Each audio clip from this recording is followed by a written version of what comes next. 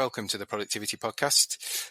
Our favourite guest, Dan Will, returns for our monthly chat, CEO and founder at Rendell Intelligence. Hi, Di. Hi, Simon. That's very nice of you to say that. It's all right. You're welcome. It's true. Don't say that to all your guests. No, I don't. You can listen to any single podcast. I think we've done over 200 now, and I don't think I've said that to anybody. So there you go. You're honoured. You're honoured. And our most regular guest as well with these monthly chats. So great to be back. Quite a bit's happened that's relevant since our chat around December to January. So we're into January to Feb now, aren't we? So do you want to give us a kind of state of the nation? Yes. So I think we're starting to turn toward better situation, really. It's all the indicators are looking slightly more positive. Probably the most visible one is inflation. And I'm sure everyone's seen that in February that came down to 3.4% from 4% in January, which is really encouraging. I have to say that most of that is driven by reductions in prices in housing and utilities, so electricity, gas and fuel. And that's actually prices declining there, which is good for all of us. There is still inflation of 5% in fashion and in food, and in hospitality of 6%. So, we're still seeing prices rising. They're just not rising as quickly as they once were. So that's a note of caution. On the footfall side of things, we saw an annual decrease, according to MRI, of just over 2% across all destinations, 3.5% in high streets. And interesting, so thematic track footfall into stores. And footfall into stores actually was worse than footfall in destinations. And that declined by 6.2% annually in February. So it's still...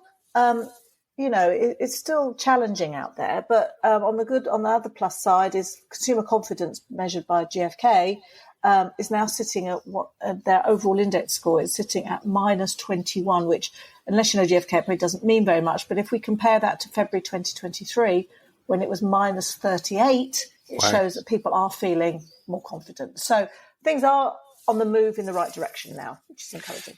Some green shoots of spring then. Absolutely. I mean, we're not there yet, but are we ever there? And when we're there, do we know we're there?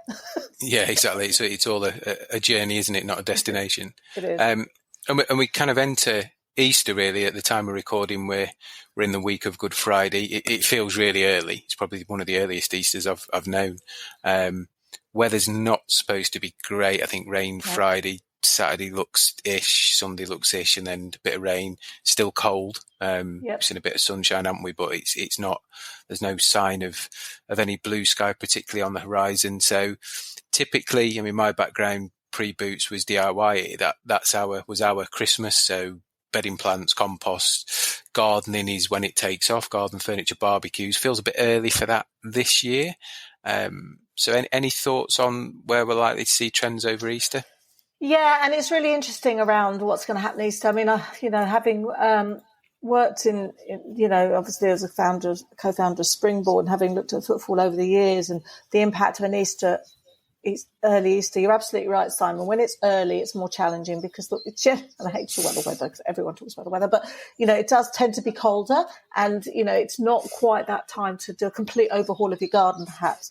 I think this year we're in a really interesting place around spending, because actually the increases and the better spending areas have been in leisure and entertainment and self-care. So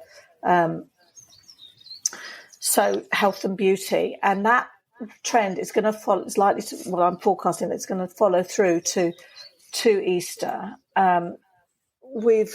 I work as one of my new roles. This is brand ambassador for Beauclair, and Beauclair collect sales data in towns and cities across the UK. And what we've seen is that the sales in those categories of entertainment and hospitality, really the enjoyment and the experience categories, have done better than we clearly know. Fashion's been challenged, but and also particularly household goods, which includes garden centres and large ticket items, has been challenged. So with the early Easter and the ongoing challenges in those sectors, I'm predicting that the benefits of Easter will really be for that experience, particularly if people aren't going to head off to coastal towns and historic towns to go and walk around in the pouring rain. They're going to want to go to the cinema or they want to go out to eat. And that's and so those destinations are going to do better. Yeah, and I think what history tells us is it tends to push that gardening stuff into the kind of the early May and the late Absolutely. May bank holidays, doesn't it? So spring bank, I think, is the end, and the early May is clearly at the start. So if the weather's picked up, I think we just delay that and it moves. So all's not lost. Again, similar themes I think that we discussed over the Christmas period and the last podcast around that swing to health and beauty and experiential bit. So that remains consistent. And let's, while you're on, I know you've done a lot on Sky and other channels. Let's just touch on this mysterious piece of news around kind of Tesco, Sainsbury's, Greggs, McDonald's, and these kind of IT glitches. Yes, well, of course, being on the outside and asked to comment, it's really quite interesting. I mean, I think the first thing I'll say is I'm not a great believer in coincidence. No, I'm in a world of there's something strange going on, but can I prove it now? Yes, exactly. And there's you might get one, you might get, well, I think two's too many, but one you could probably answer. But once you get to four, all within the same sector, it's screaming something is going on. Whether it's a hack, whether it's the Chinese, the Russians, who knows? But something is definitely getting challenging and disrupting retail. And it was certainly a massive disruption for Sainsbury's and Tesco the previous weekend. I think the world nearly went into meltdown when Greggs couldn't open their stores. It was almost akin to when Kentucky Fried Chicken couldn't get any chicken. But they seemed to solve that relatively quickly and opened up in the afternoon. So, yeah, it's something is happening, and we just don't really understand what that is right now.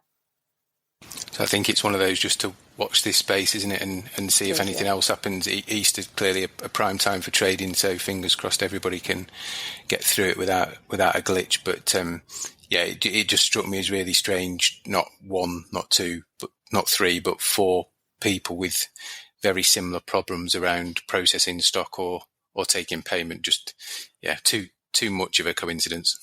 Absolutely. And of course we forget I know it when I use time, but I don't actually carry much cash anymore, because you never had to. And I think this will encourage people and push people just to carry a little bit of cash around with them. After I actually did an interview for Sky News on the Sainsbury's issue on that Saturday, and I was standing outside the Sainsbury's store where I live, and then I thought, well, once I finish, I'll have a go to Sainsbury's and buy a few things. And they were only accepting bank payments from Lloyds and Barclays or cash. So they were very, very disrupted. And so, I think it will encourage us all to just carry some cash with us, where perhaps we wouldn't have done. And then we would have had that innate reliance on our phone payments and our cards. I think we will be probably a little bit more cautious about that now. Yeah, it's probably a bit of a reminder of how easy it is to take the system down almost, isn't it? It is, yeah. And of course they all have access to all of our personal data as well, which we forget because it seems so seamless. But are we not going to participate in the electronic payment world? Probably not. No, exactly. It reminded me of the podcast we did recently on open banking, which is it kind of cuts out the middle bit of the payment. So again, maybe that starts to become more popular as people connect directly with the bank. Yes, yeah, I think that's probably true. Definitely, you don't get the intermediaries and the third parties coming through. Exactly. Reduce the risk. Anyway, on that note, we'll pause there and we will catch up next month to see how we fared over Easter. Lovely. Look forward to it, Simon. Perfect. Thanks, Di. Speak soon. Thanks.